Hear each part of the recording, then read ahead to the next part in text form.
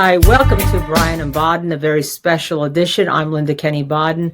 I want to tell you that I was involved in a little case in Connecticut called Michael Skakel, and it took a long time, decades, to get him freed from a wrongful conviction, a murder that he was convicted of. So this case that we're about to bring you is very near and dear to my heart. I just want to preface it by telling you that there's something called the Exoneration Registry, the National Registry of Exonerations, and it shows over almost 3,500 people wrongfully convicted in the near past. So wrongful convictions are a thing.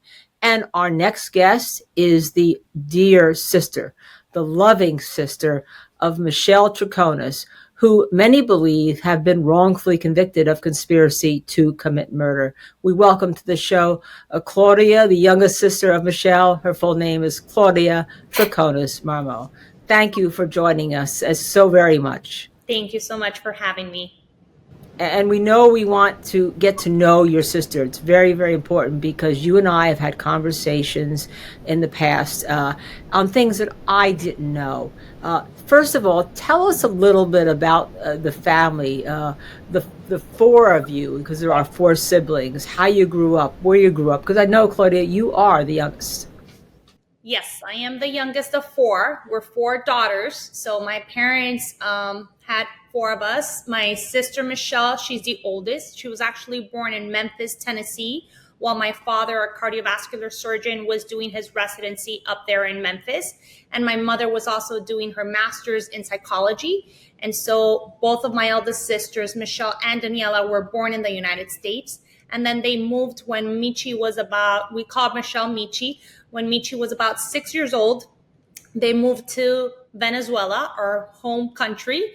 And my third sister, and then I was born in Venezuela. So our main language and our upbringings and our traditions and our culture is from Venezuela. And the names of all four sisters are? Yes, so the oldest obviously is Michelle. Then we have Daniela is the second one. Then Marisela, like my mother, is the third one. And then I'm the youngest, and I'm Claudia. Hey, I have to say, can I say here, I have four sisters myself. Oh. No brothers though, which may explain a lot of therapy. But I understand, that very tight sisterhood there because I lived with it. Yes, well, my sister Michelle is actually a twin, but her twin brother, Carlos Julio, passed away, unfortunately, 3 weeks after he was born with some defects. And so, unfortunately, he passed away. And so my sister, has always been not only, taking the role of two, but also the role of being the eldest sister, and she's a fabulous eldest sister. I admire her, and she's inspired me to be the person that I am today, that I'm sure we'll get to more in depth later on. And then the twins was something I wanted to talk about initially because her brother passed away. And by the way, I have another client who had twins, and one of them had also passed away. I know the effect on the sibling that was remaining, the care for all twins that exist. Your family has twins, but so does this case that we're going to talk about that she was convicted of involve twins. What is your sister's viewpoint of having twins? I mean, the caring nature of it. It's a beautiful bond. I'm a mother of twin boys. My other sister, the third one, is a mother of twin boys. And then obviously Michi was a twin herself. So we definitely have twins in the family. And it's just a amazing bond. It's sometimes there's no words. They have their own language. They have their own connection, communication. So even though my brother to my sister is still obviously not present, he will forever be in our lives because he passed away little. He's an angel from above, and he watches over us, and we feel him. We feel his support, especially during this difficult times. We've felt his presence. Michael, I know that you had some more questions because Claudia wants to talk about growing up in Venezuela, what the family unit was like, and things that happened in the family that shaped Michelle and shaped their view, the family's view, as to why she is absolutely not guilty. The twin thing, I want to follow up on that because really that helped Michelle and the family connect with Fotis Doulos. I mean, tell about that. Tell us about that dynamic.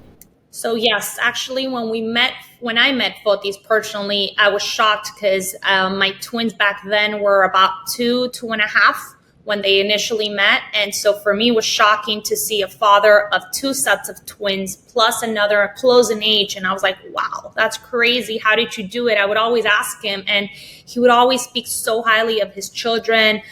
He was a very admirable father figure in that he would speak very high of his children. He had a great relationship with them.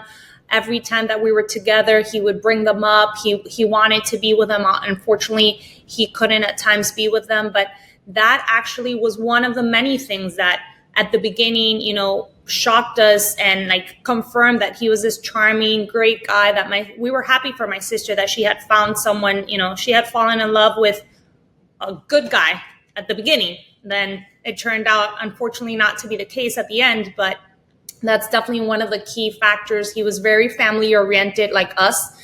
So we come from, like I said, Venezuela. We're very close family, as you guys have witnessed in the trial. We've stood by Michelle, and we will continue to stand by Michelle's side. We're very close knit family. We rely a lot on us as the siblings, a support group. My parents are actually divorced, so that is also a shocking news to a lot of people. Last week, even a lot of people thought that they were married because they go together, and that's actually a very important point that I would like the world to know, because that is the example that our parents had for us, growing up. Yes, they got divorced. I never lived with my parents together that I can recall, because I was about 3-4 years old when they finally separated, divorced. And we've always looked up to them. They've always been together, every single family gathering, Christmas, christening, baptism, first Holy Communion, graduations, school events. Both of my parents have always made the effort to be there no matter what. And so they've always taught us from an early age, the 4 daughters, that no matter the discrepancies that you have in life with your significant other, the main thing should be the love and care for the people that you brought to this world. In this case, their 4 daughters. So that's always been their number one priority, us. And we look up to that. So Michi, when she met Fotis and Fotis told her that he was going through an amicable divorce, for her, she never thought that an amicable divorce meant motions and not being able to see the children. Because again, that's not what we have gone through in life. And also Michelle separated from the father of my niece, and they have an amazing relationship, very supportive. Also, they get together, we do events together, and there hasn't been any discrepancies. So that for us has been shocking, and that the world thinks that my sister wanted something bad or revenge or wished ill on Jennifer. She never met Jennifer. She never spoke poorly of her. Why? Because that's not how we were raised. That is not in our values. We respect the father figure and the mother figure in a family. And I want to get back to that, but when you just spoke to us now, you said the word christening, which in most Americans would say christening. And one of the issues in this was the language issue. And you've lived in the United States, what, about 28 years now? About 28 years, yes. And I still have an accent. It's a Miami accent. I still say words wrong. A lot of people tell me that I speak perfect English. And I do obviously admit that, yes, of the 4, I'm the one that speaks the best because of the fact that I've lived here the most. I came when I was 10 years old to the United States. But there's still a lot of words, like you just told me, I still don't know how to say it correctly. And there's a lot of words that I don't understand. And that's also an important aspect, because my sister from day one, they've criticized that, oh, she didn't speak English. Why did she need a translator? I would need a translator myself. Their legal terminology, the aspects, put yourself in her shoes. It's very easy to criticize another human being, but you really have to put yourself in that person's point of view, that person's shoes, to actually know what they were going through. And it's very hard. I've learned what subpoena is, what guardian ad litem, and I think I'm mispronouncing it again. I've learned what appeal, all these words, because again, we don't have lawyers in the family, and we're not familiar with the terminology. Thankfully, we've never had any major issues or any issues with the legal system per se, besides unfortunately this case. So for us, it's been completely new, all of this information, all of this terminology. So it's very hard to get it from another point of view. And my English, for instance, it's perfect, so to speak, but I only use it in work, for work. The rest, I live in Miami. I speak Spanish to my family. I speak Spanish to my husband, to all of my friends. They're native Venezuelans or Latin, so we only speak Spanish. As a matter of fact, I think I used the word stint, STINT, to you. And while we were talking, you didn't really know what that meant, even though we were talking around the concept of the question I asked. So it was not quite the right answer. So I can absolutely attest to that. But Yes. Michael, there's more you want to talk about with the family, because I know you spoke to mom. You spoke to Yeah, Maricela, and right, yes, number of me and times. mom were very tight now. We were hanging out there quite often, and it was the support from her. And again, I was one of those that did not know that your dad Carlo and your mom Maricela were no longer married. I've seen one or two married couples, and it kind of looked like a married couple to me. So that was surprising to me, and in the context of the divorce that Michelle then had to deal with. It had to be kind of shocking to her to think her own breakup, her parents' breakup, far different than what she's seeing unfold in front of her. Yeah, so I do want to also emphasize that at the beginning, again, Fotis always fooled us, and he told us, he lied to us. He told us that it was an amicable divorce. For us, amicable divorce, again, going back to the example that of our parents, that's an amicable divorce. That rain or shine, you're always there supporting your children, no matter the discrepancies, no matter what could have happened, any arguments, whatever. And so that's what Michelle thought. That's what I thought. That's what we all thought as a family. And then also Michi would tell him, he's like, well, I have this relationship with the father of my daughter, talk to her. So she would actually provide suggestions and tips as to how to cope with his situation. And he kept a lot in hindsight. I mean, looking back, my sister didn't know of all the motions. There's about, I want to say 500 or more motions that were filed in the last, from 2017 to 2019, within the whole divorce situation, that my sister was clueless about, completely clueless. He would tell her, yes, I'm going to have a hearing, but she didn't take count as to, oh, okay, Fotis had 3 court hearings this month. Like, she didn't know until after the fact is when she found out, and she was shocked, and she came to us crying. She goes, wow, I had no clue that this was the case. Like, for me, all I knew was, well, she didn't want him to see the children, and he had a supervisor, but that's the gist of it that she got. He didn't never went in depth. He kept that from her. Why? We don't know, but the world to think that my sister knew everywhere about, that's the number one thing that there's many things that upset us, but that is one of them, because again, my sister was kept from a lot of his things. And she had no clue that they were going through this so contentious divorce, because my sister never thought, she actually wanted, she would have wanted to meet Jennifer and maybe have gatherings together, but that never happened. And it wasn't on her intentions. It was more on the Foti side that we learned obviously later on. Yeah, I know some people have opined that, well, because she couldn't be there at the time that he was seeing the kids, but that's always the case when there's a marriage and children involved and another person. And we'll talk about the other person who gets labeled as, quote, the other woman, and all the implications of that in a bit. But I want to talk more still about your sister and all her growing up. What was she like growing up? So my sister's 12 years older than I am. So I looked up to her, and I continue to look up to her. I've always admired her from her early young age, in that she would always take care of us as the oldest of 4. She would do the carpooling. She would, take us to her extracurricular activities. She was always helping my parents, because again, they were divorced. Back in the day, it wasn't so common. So she would always assist my parents in anything that she could. She's always been super independent. She's always paid her bills. She started volunteering at an early age. And her education is what has inspired me the most professionally and personally, in that she wanted to make a change in society. And we have this, my dad's eldest sister has a mental disability. So my sister always wanted to do something to help her out in the community. And so my sister studied special education in the university that actually my grandfather and my father's side, so my dad's father, actually founded. And it was the first university for children and adults with special needs and like school settings. And so that's where my sister studied, and she got a bachelor's in special education. And then she specialized in equestrian therapy.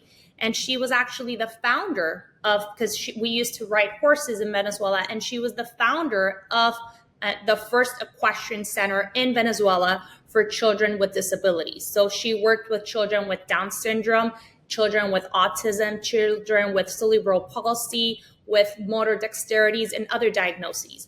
And I always went with her because she would pick me up from school.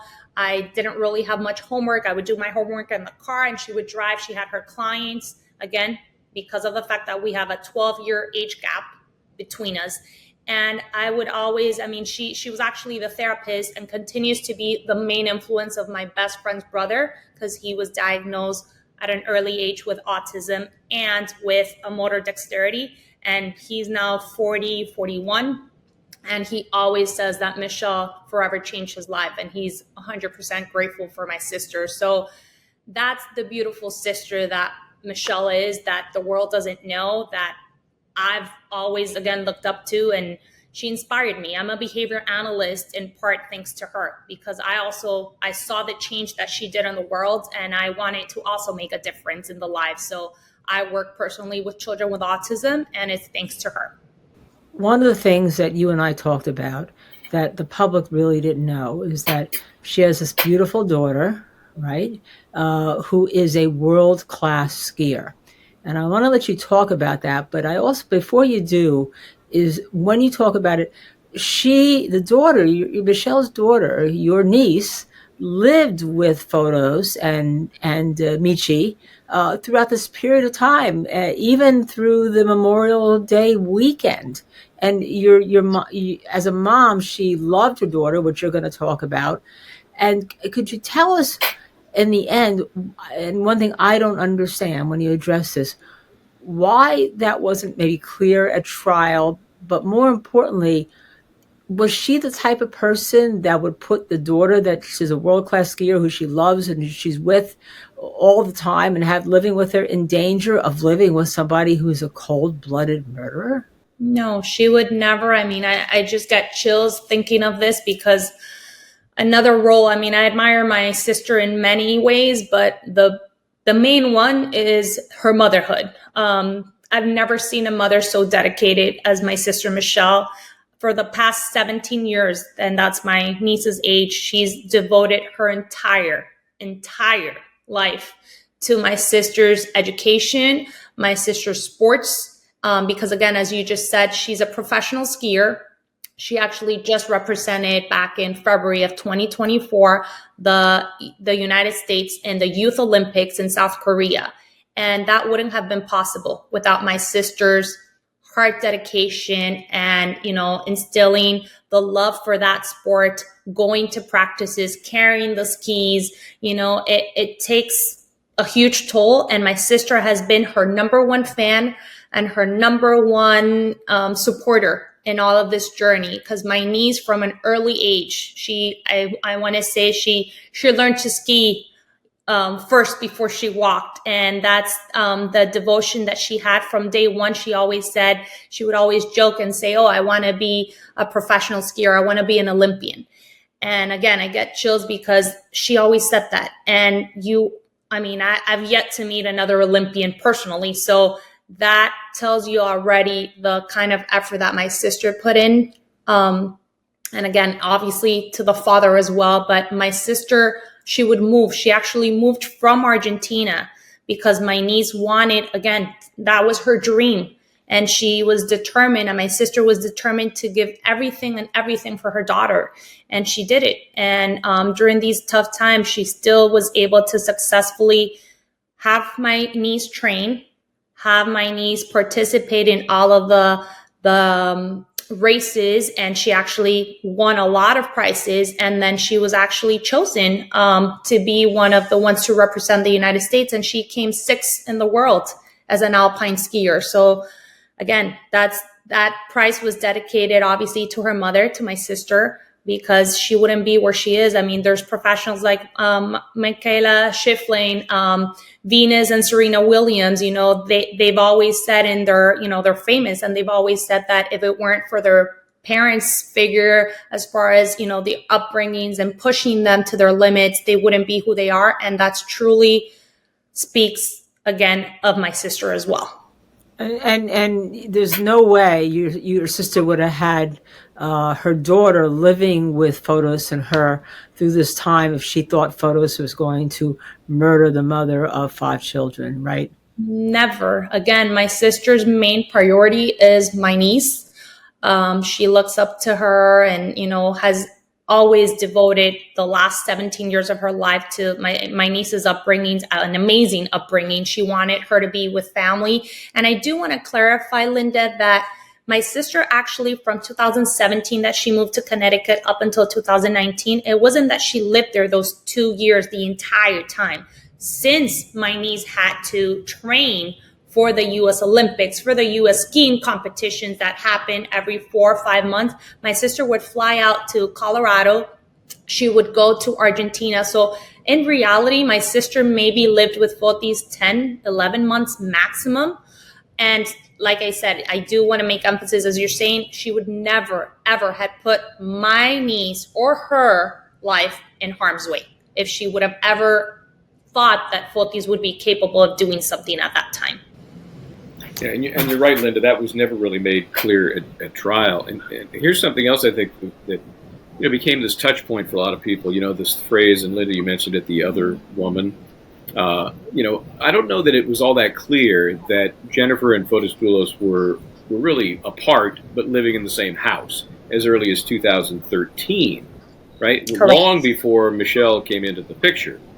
In fact, I guess she learned that he kind of had another girlfriend somewhere along the way. So give me your thoughts on that. And maybe I missed something. Maybe at trial it was clearer than I saw it. No, on trial, unfortunately, it wasn't made clear, I believe. And it's a shame because, yes, they've portrayed my sister as this paramour, the other woman, what she knows. And mind you, if we look at Fotis, because we have to look obviously at both of the main characters in the story, Fotis was married to his first wife, Hillary, when he started dating Jennifer Dulos. Does the world know that? Of course not. Why? You'll tell me. And so he was married, and then he got a divorce from Hillary.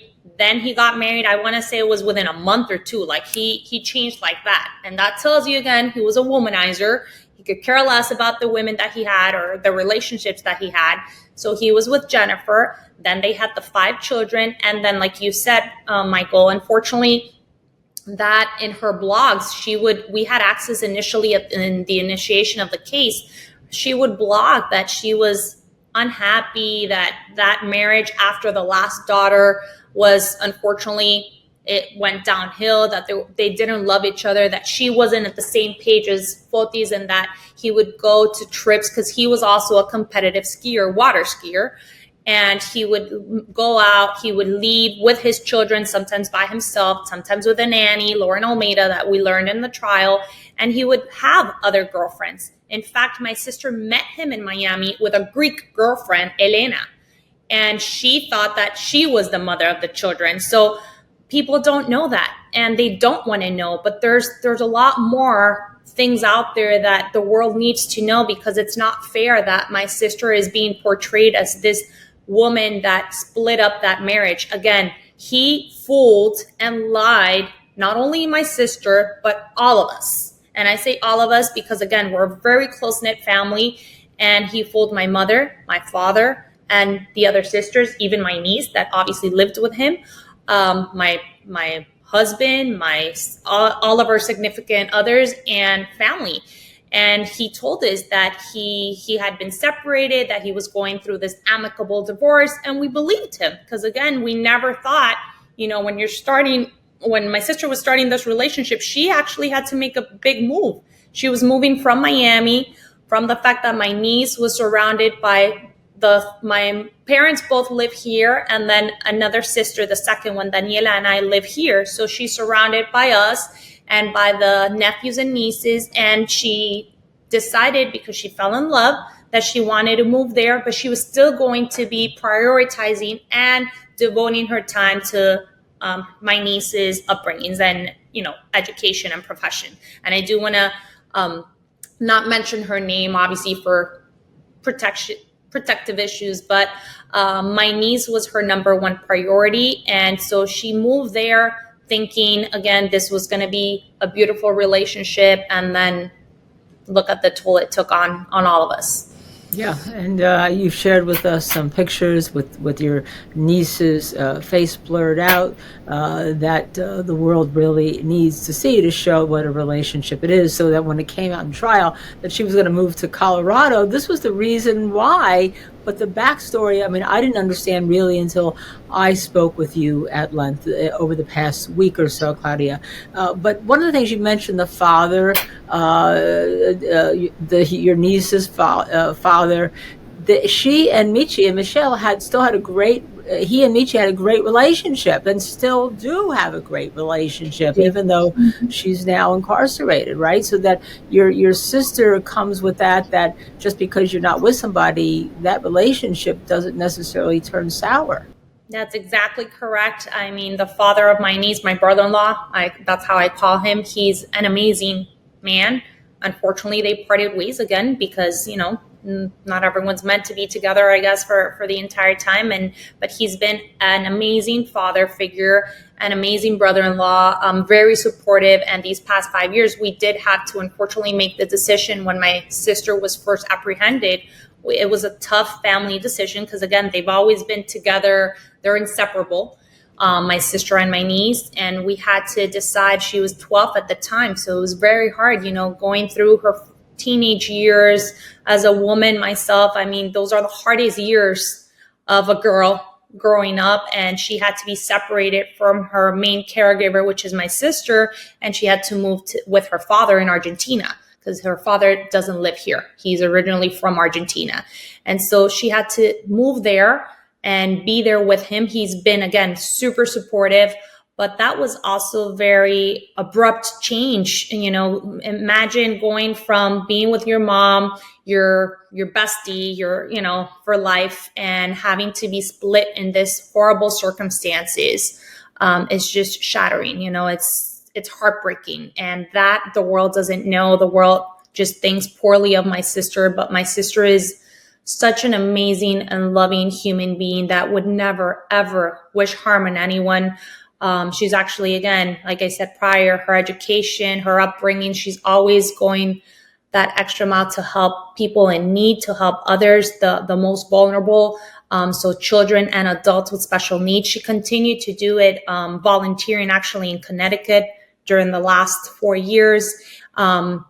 She has clients that have reached out, have sent beautiful letters saying, the testament of what a beautiful human being my sister was to their lives and that she forever changed them. So the fact that, again, the world or the media or the trial has portrayed this other image of my sister is just very sad and very disturbing. When you say doulos had you all fooled, you actually had a Greek Easter Sunday with him, and your husband went out with him. So tell us how he could manipulate and fool and cover and curtainize what he was really like. He was such a down-to-earth guy that he would get into the conversations. Like, I literally felt like we had known him for a while, even though he was Greek. He was completely different culture background, but regardless, he was, he liked the same things my sister liked. We could carry out a conversation, and he was this charming, again, very hardworking. So yes, we went actually in 2018 to celebrate Easter, the Greek Easter with them. And my husband actually left the house. This was a humongous house, 15,000 square foot. So I actually can relate to what my sister sort of felt, because my husband went to run errands with Fotis to gather all this stuff for for this Greek Easter, and they went actually to the 80 Mountain Spring Road. He wanted to show it. He was very proud of how that house was coming along. He showed it. He actually put debris in the back of the truck while my husband was passenger in his car. So the same thing that he did with my sister, he did with my husband, mind you. My husband didn't know. Obviously, again, when you're with someone, and that's the number one thing too, when you're with someone like my sister was with both these, you trust that person. You're not going to be doubting their every second, every moves. You're not going to be questioning. Then what's the point of being in a relationship if you're not trustworthy? So that could be the biggest mistake, but that's human nature for most human beings to be, trusting of the other person. And so with Fotis, he was just this, I want to say nice guy. I mean, now I don't think that I have a lot of anger. I have a lot of, why did he, I changed my mindset, and that I think now he was a coward that definitely fooled us all. He lied to us. He used my sister, and he took the easy way out by unfortunately committing suicide. He left his 5 children that in horrible pain, because I pray night and day for those children. And he left my sister holding the bag for a crime that my sister had absolutely nothing to do with. So that's what's most upsetting. There's no doubt, I don't think, that you think Fotis Duelos killed Jennifer Duelos. Is there a doubt in your mind? Unfortunately, at this point, I don't think. There was a point in time that I was like, how could he have fooled us? I mean, we're psychologists, we're, middle class, hardworking family. How could he have fooled us like this? How was he this criminal? Like, I even got scared. My sister was like, wow, he could have done this to myself and my niece. And then I also thought, well, I visited, he could have done it to myself and my husband and my children that were 2 years old. So to think that we were, we welcomed to our lives, to our innocent lives, this individual that has been portrayed as this killer, this murderer, this pre-planned, it's horrific. And I mean, there's still times that I'm like, I literally have to ask myself and remind, like, well, apparently, yes, he did do this. To be honest with you, Michael, I don't know if he did it with his bare hands. Definitely, I do believe personally that someone else had to help him, just because of the time frames, because there's a lot of inconsistencies and things that are still a lot of questions out there. And I do think that there's someone else out there that is free, and my sister is the one paying for that person's price. So let's talk about that in the context of the trial. I really want to ask you about some specific moments, because nobody could sit in that seat, in your shoes, see this unfold to your sister, and have the same perspective. So first, the bigger question about the jury. What is it you think they decided was the key in their belief that your sister was guilty of murder, conspiracy to commit murder? Well, it's a very hard answer to give you, because I wish I could get into their minds and know exactly what conveyed them to think that my sister could have done such a horrific act that she's been convicted of. Because not even, I mean, hearing the word guilty 42 times, that's something that's forever going to be engraved in my mind. And, I try to forget it. I try to think that it's a nightmare, but it hurts.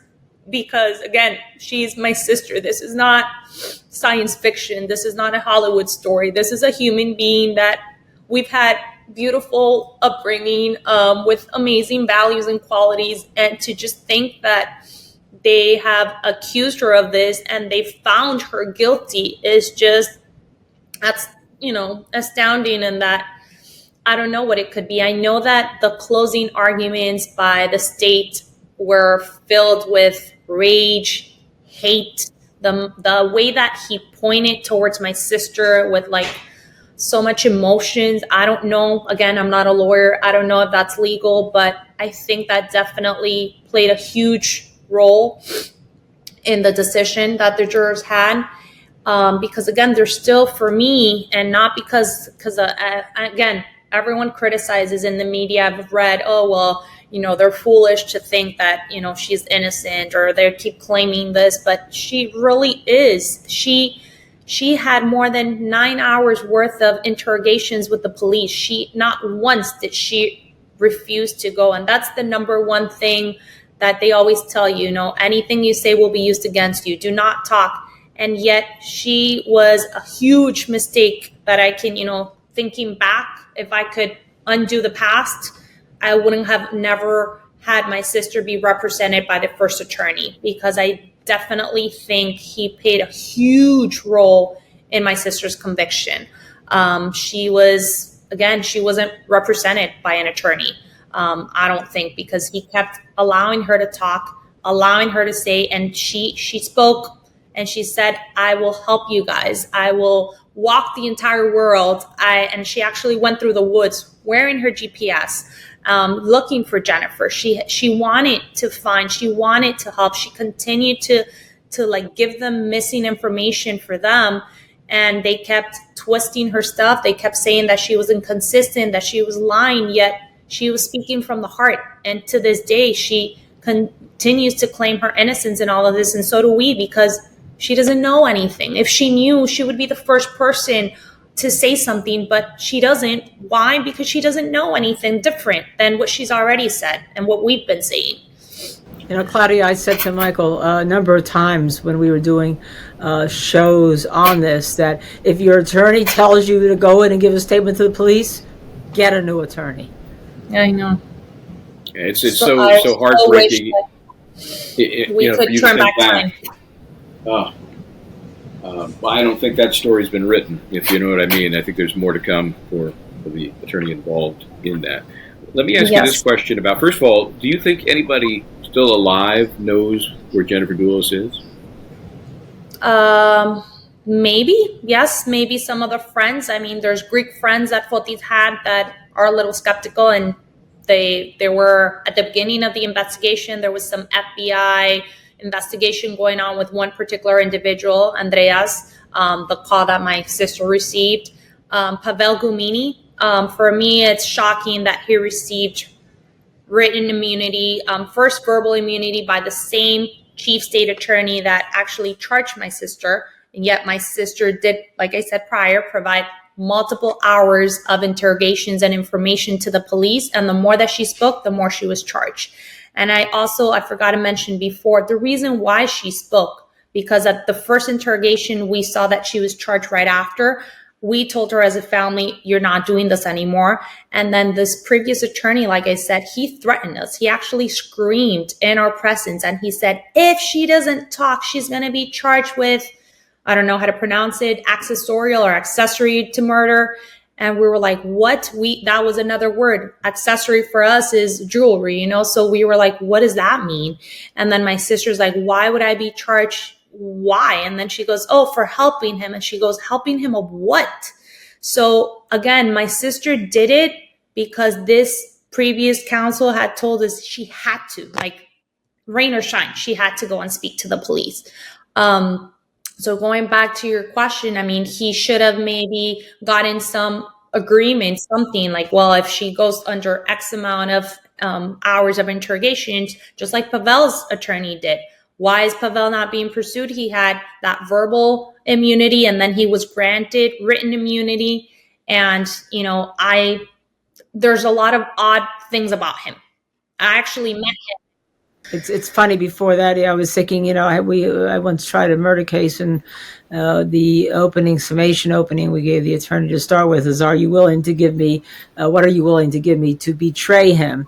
And they agreed on 30 pieces of silver, and he took silver, coins out of his pocket and threw them down. That's from the Bible, Matthew 26. So that's always comes to mind when I see an immunity agreement with testimony that all of a sudden came to light, such as those horrible statements Pavel said about allegedly your sister made after she went missing and before she went missing too. And I do want to tell you, Linda, that actually, if you listen to the entire interrogations, obviously in their trial, they're not going to put that out there. The state doesn't want that to be thrown out there. But the first interrogations that Pavel Gamini had, they asked him, They said, did Michelle ever speak poorly of Jennifer? No, she never did. Did she ever speak with any curse words, any anger? No, she never did. Did Fotis? No. And then it wasn't until I want to say the third or fourth, because he had multiple. We only thought that he had had one interrogation, and then we learned in the trial that he had had multiple interrogations. And we learned from one of the detectives, Detective Allegro, that actually told him in his words, quote for quote, did they ever say anything like that fucking bitch should die? Sorry if I can't use the curse words. And that's how then all of a sudden, 5 years later, oh yeah, I remember that they said this. Like after Fotis commits suicide, all of a sudden now he remembers that he thought my sister, I mean, I don't remember what I did last week, let alone what I did 5 years ago, verbatim, word for word. So that to me is the most disturbing too. You're saying that phrase was actually given to Pavel Yemeni virtually word for word, and then he just parroted it back. Attorney Schoenhorn, so my sister's attorney, actually, he was under oath. He asked Detective Allegro if that was a ruse, if that was a way to try to get him to make a confession. And he admitted under oath that, yes, he had said those words because he showed him the actual transcript. And so that, for me, again, is appalling. Yet the state, did they do anything? No. They continue to, again, they have just a one-track mind, wanting to convict someone, wanting someone to pay the price. And that person, unfortunately, is my sister, when in fact it shouldn't be my sister. And I think, Linda, you and I both believe, I mean, the elephant in the room is Fotis Doulos. Right? Maybe he's the elephant not in the room. Because there's just not a chance that there is a trial against Michelle Troconis had he not killed himself. Would you agree? Do you think that way also, Claudia? I do, actually. The whole trial was a Fotis Doulos trial. We didn't learn of my sister's name like till day 7 for a little bit, and then it wasn't until like day 21. So it was unfortunate that the state, obviously, in order to have my sister be charged or convicted, or whatever the terminology is, that they had to first try to prove that Fotis may have done something. But again, he passed away as an innocent man. So he was never tried. So we won't know exactly. And so to have my sister, I just think it's not fair to have someone else pay the price of someone else's crimes. Just because my sister fell in love with Fotis doesn't make her a criminal. Just because my sister was with him and was the girlfriend does not mean that she has to know every second and every whereabout of his life, because that's just inhumane. No one does that. I've been happily married for going into 16 years, and I don't know every second of my husband's life, and that's okay. Does that make me a criminal? Of course not. Again, I trust him. So to think to criticize my sister that, oh, she must have known, she was in the car. Well, they were going to Starbucks, and they in fact went to Starbucks. So for all we know, she had no clue. If she would have known that, there was something in those bags, she wouldn't have been in that car. Again, she would have never, ever, she will never put herself in harm's way, let alone, again, her daughter's life. So it's just, for me, there's no words for it. Did the state ever come to her and say, okay, we'll give you a deal if you tell us where the body of Jennifer Doulos is? Did they ever get to that point?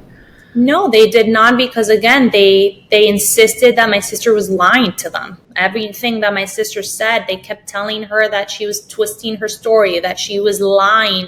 They actually said it last week during the last hearing, that my sister kept lying, and they continue to present false evidence. They said that the Tacoma, the red truck, the pickup truck, had blood. That did not have blood. That had DNA of Jennifer Doulos. She had ridden in that car beforehand, and Pavel actually testified to that under oath. Now, I don't know, again, I'm not a DNA expert, how long that lasts, but the point is, there was no blood. I understand that the police have their tactics and they can lie to try to get a confession. But again, they didn't get a confession. Why? Because my sister doesn't know anything. If, again, she would have been the first person to speak up, and yet she didn't. She said the truth, and they kept telling her, no, you're lying, you're lying, you're lying. And that's why we have the experts, because when you're in that situation, I mean, and I would explain it. I'm a behavior analyst. From day one, I would always tell my family, well, she thought that she had done something, like she went to the supermarket and she had that proof, but there were other things that, like, for instance, they didn't have proof of. And they were, one of the instances that actually disturbed me in the trial is that they were saying that she was a liar. The state was saying she was a liar because she did remember all the little minuscule facts. For instance, when she went to Stop and Shop, the supermarket, that she went and she got parsley, yet she didn't remember that she had gotten other things, or that she didn't remember that she had gone to the trip. And then she would tell us crying, she's like, of course I know that I needed, for instance, parsley, and yes, that might be a dumb fact for everyone, but I went specifically to Stop and Shop to get parsley because to make the salad, that was the only ingredient I was missing. So that's why it was like a key crucial thing. There's some people, I'm a visual, learner, and I have a visual memory. And so she recalled the parsley and she brought it up to her interrogations because of the fact that that was what was missing. To again, you told me, speaking about your memory, okay? One of the things you talked to me about, and I know Michael learned about it before too, what was this whole idea that she is supposedly making things up, not only making things up, but surreptitiously getting information such as reports about the kids. And I don't want to talk about anything relating to the contempt hearing, but from talking to your sister that she actually spoke directly with people, that she had direct information from experts, right? yes, so that is, thank you for bringing it up. That's another thing that is very upsetting to us. I mean, I could have a list of maybe 20, 30 things that are very upsetting of this entire case of my sister, but that is one of the most disturbing for her because she wasn't lying. From March until May, right before this whole situation occurred, she was told by multiple professionals, and I want to emphasize the word multiple professionals. It was attorneys, psychologists, psychiatrists, guardian ad litem, supervisors that had told my sister that Fotis was a better fit parent than Jennifer and that he was going to be gaining custody. So she actually got phone conversations from these professionals. So not only did Fotis then, if that's not true, that's appalling, because then not only did Fotis fool us as a family, but then what, he fooled or he bought these professionals that they were claiming this. I mean, my sister spoke to them and they had even told her it's okay, everything's going to be fine. And my sister obviously believed it because that's what they were telling her. I mean, if you have these professionals and authoritative figures telling you everything's going to be okay, are you not going to believe them? I mean, you are. So that is one of the things that when she would say that, and then even the state actually in the closing, going back to that my sister wanted to move to Colorado, she wanted to move again for my niece's professional life. And because in Connecticut, unfortunately, yes, she would ski, she would compete, but it's not the same, as Colorado or, as in Europe or, South America that we can, she can ski better. And so she wanted to devote more time, and she had told Fotis, I am going to be moving out. They already had an apartment with the father of my niece, and so they were going to be moving how she had been doing every 4 or 5 months, but she had told them that's it. She had her plane ticket, so she was leaving June 10th. And for the state to claim that was a motive for her to want to get Jennifer out of the way, that's just ridiculous. And it's beyond upsetting to me because she would never. I mean, that actually contradicts. Why would then you kill someone if you were going to be leaving or conspire to kill? That's just ridiculous. It doesn't make sense. So she was actually moving, and Fotis had actually made appointments with a realtor up there in Colorado because he didn't want to end the relationship again. And my sister was like, well, I'm moving, whatever it is, we're not going to part ways. So they weren't splitting up. They were actually going to stay together. It's just that my sister was no longer going to be residing in Connecticut. She was going to be in Colorado again, focusing on my niece's upbringing. And then Fotis was going to be, doing some renovations of apartments and houses that he was going to be buying. So again, everything has been taken out of context to fit the state's narrative, to fit their story. Whatever doesn't, then they either twist it completely. And it's just, again, we're a family, full of feelings, full of emotions, but full of, again, hope that in reality they think back and they start speaking the truth instead of continuing to, have these inconsistencies and lies in the world. Claudia, do you think that, because everyone's going to ask this question as we're talking to you, do you think that people think that you guys are just fooled by your sister, that your love of your sister is so great, just like her love of photos must have been so great, that you can't see that she could be a conspirator to commit murder? And what do you say to people who say that? Because they're going to be saying that. You know that. No, they've already been saying it, Linda, and it's disheartening. I guess there's some jealousy in there. There is some envy because we're a beautiful family. This case has devastated us. It has changed our lives completely. But we've stuck together and we believe in her. And not because we believe, it's that we know. Because Michelle Troconis is innocent, 100% innocent. And I know that sooner or later the world is going to know it. So time is of the essence. Time will tell. We're a very faithful family. So I know God up there has his plans. And I know that sooner or later, again, the truth will prevail. Because my sister had nothing to do with this. Everything that she knew, she already told the police. She has told her counsel. There's nothing that she knows. We want to know where Jennifer is. Because again, we pray for the family. This has been horrible, horrible. How I've said in the past to the media, how my other sisters have said, this is a tragedy, for all the families. I pray for the Dulos children. I mean, not only did they lose their mother, they lost their father. And then, in crucial times, 12 to 17 years old as a mother, myself as a daughter. I mean, I close my eyes and I can't even, fathom how they must be feeling, because it must be horrible, horrible.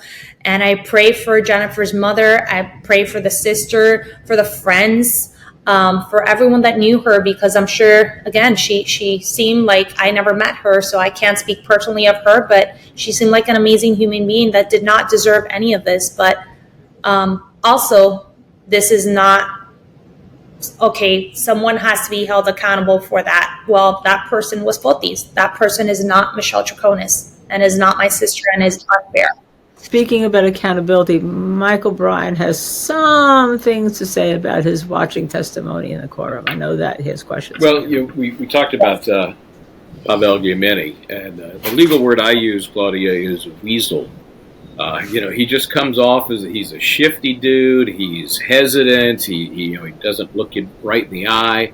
And it felt like he was being led through the story that the prosecution wanted him to tell, even though he had full immunity. I mean, really, unless he implicated himself directly, he was done, free. And I know your mom has talked about, how that infuriated her, because there was never a conversation like that with Michelle. So do you think he is hiding something, that he got immunity that he didn't deserve, and that, in fact, what he is hiding probably would have helped Michelle?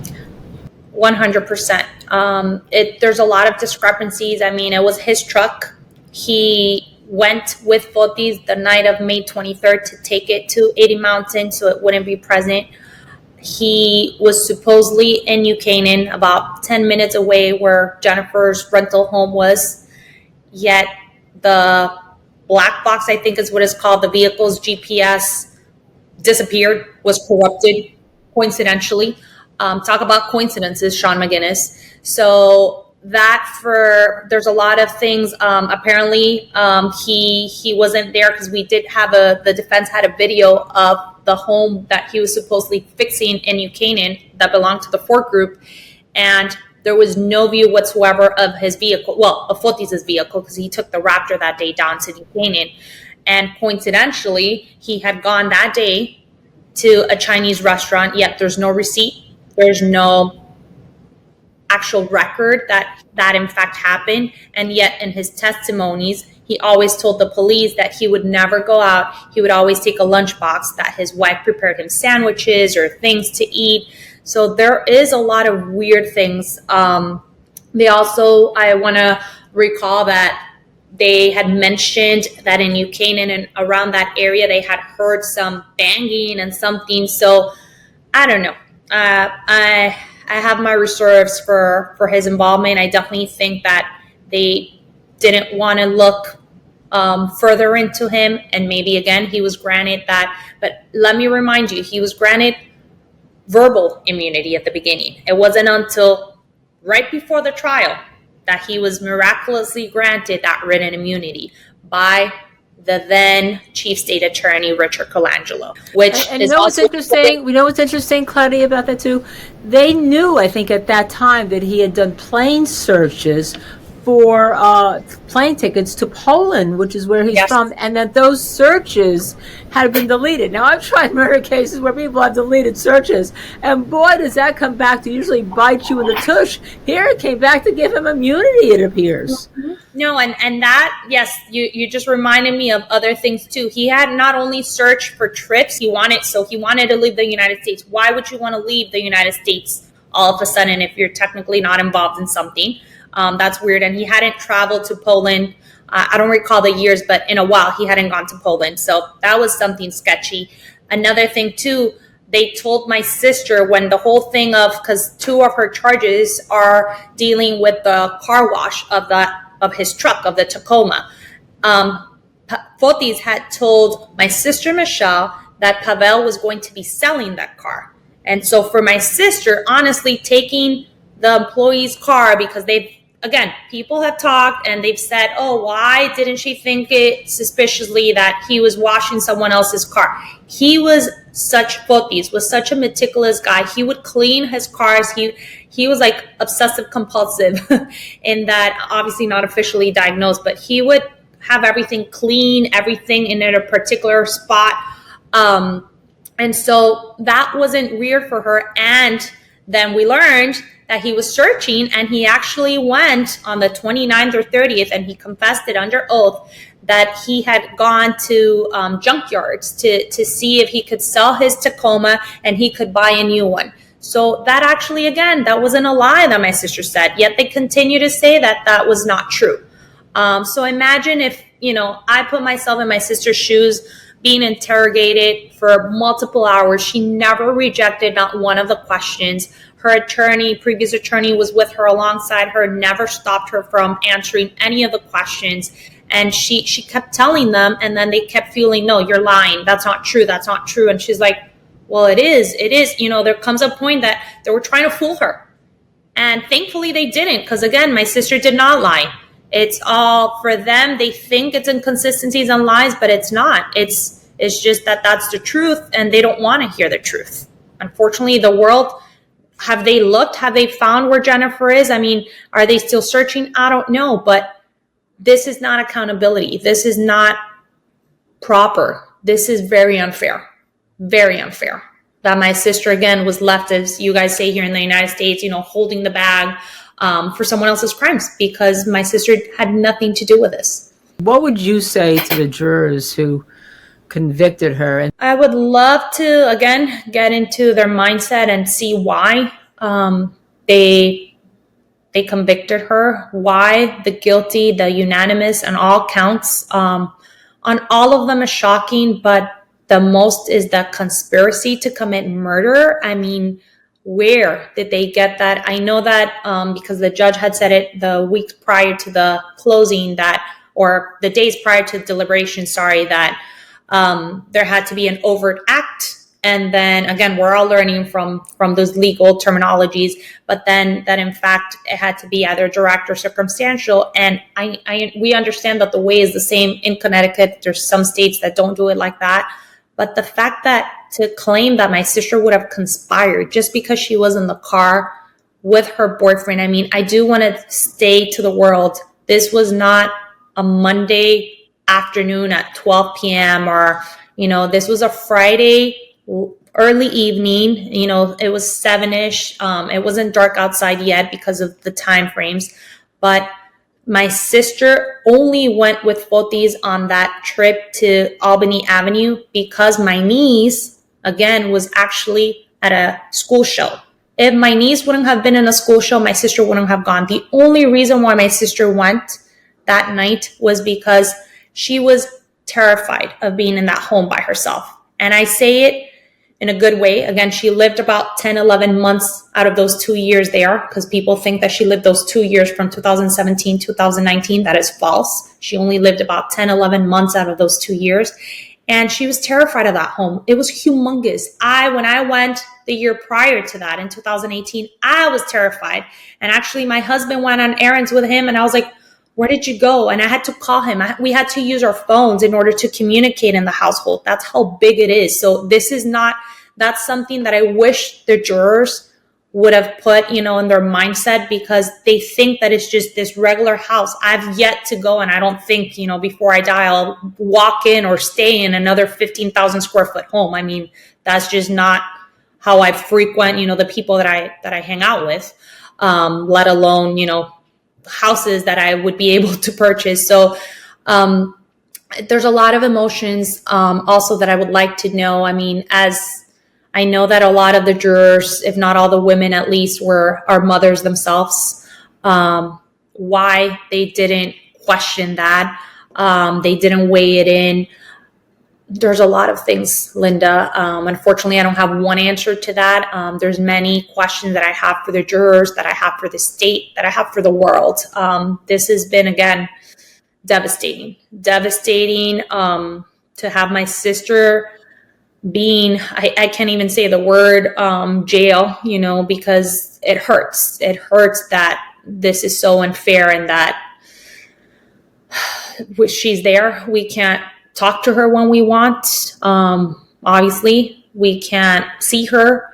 We don't live in Connecticut, so that's another thing too that has hurt us. I went, and I will try to continue going and visiting her. We don't know how many years she might be facing, but this is just very, very unfair to us. I just had one question that relates back to the trial itself, and I'm not trying to invade some of the family privacy, but I know how you felt then, I know how you feel now, and you're seeing this case unfold. But each night you guys go home, you're kind of, I'm sure, talking about the day's events. Was there ever a point where you guys said, she might be convicted of something, she might go to prison? I mean, that always was in the back of my mind personally, but I never, because again, since my sister's innocent, I never thought that it would happen, let alone not 1, not 2, not 3, not 4, not 5, but of the 6 charges, it was just, it's still shocking. I mean, I still relive that day, and it's so hard, hearing those jurors, those words. And I learned afterwards, because at first I was like, wow, that was so cruel. Like, why did they just say it just 6 times and that's it? Why did they just take her? Like, why did we have to sit there and listen? And then I learned that obviously it was actually, it's something that has to be done in order to know if it was a unanimous vote. But it was just very hard, Michael, very, very hard. And no, we were never, ever expecting this, because again, my sister had nothing to do with this. So that's the hardest part. That's the saddest part. And that, again, my sister's connection with my niece. I mean, that for me, that's what's shocking the most. I admire her tremendously, but her motherhood and her way of, caring for her daughter, no matter, even during the trial, her daughter competed for the Olympics, and my sister was the first one. She would wake up at 2 a.m. because of the time difference to just go online and look at the standings of how her daughter had come into the competition, even going through these hurdles on this horrible situation. That speaks of who Michelle truly, really is. Claudia, it's not easy. And you've talked a lot about your sister, but let me ask you one other question. What would you say to the family of Jennifer Dulos, who thinks your sister is the murderer, is the killer? Is there anything that you could offer them to try to bring them around to say that no, she is not? Well, we are in pain. We understand that this has been a horrible act brought upon Jennifer, and no woman, no person, no human being should have to face this cruel act of, being murdered by their significant other, by the father of your children, and at such a young age, because she still had so many years. So we hurt too. We're in pain. We've suffered. We pray daily for you guys, and it's hard because, again, I'm a mother, I'm a sister, and I can only think of how they feel. And I know that they want someone to pay for that act, but that person cowardly committed suicide, and that person was Fotis Dulos. That has nothing to do with Michelle Troconis, and I just hope that you learn that, and that you truly know that my sister would do anything to help your family. And she was amazing with the children. The few times that she was able to be with them, she would never ever harm, plan, aid, assist, conspire. None of those terminologies, none of those words. She would never put herself in that situation, because she's a mother herself. She's a daughter. She's a sister. She is an aunt. So all of her roles she has done with dignity, and she will continue, because, again, this is unfair. She is not the person that you think she is, and I hope that sooner than later that you realize that this is wrong, because we now have another mother being separated from her daughter, and that's the beauty of life, that it shouldn't be happening. It's not fair. Claudia, you're just, thank you for sharing, because I know this is very hard. These are your inner thoughts right now, and I know it's very, very difficult, what's going on. And I know you realize the difficulty that the Dulos family, the Farber Dulos family, is going through too. And I'll say to people who are going to watch this that we've had a lot of discussions with you, and that while this was about you trying to talk about your sister, that you spoke a lot about the pain that the Barber Dulos family is going through, and hope that that they can get some peace, and that you're very supportive of any and all efforts for everyone to find Jennifer Dulos, to bring her home to her family. And I know your family is very supportive of that. And we thank you for your honesty and compassion. I'm a firm believer that the truth will prevail, and that my sister has to be exonerated from all of this, that she should have never been associated with.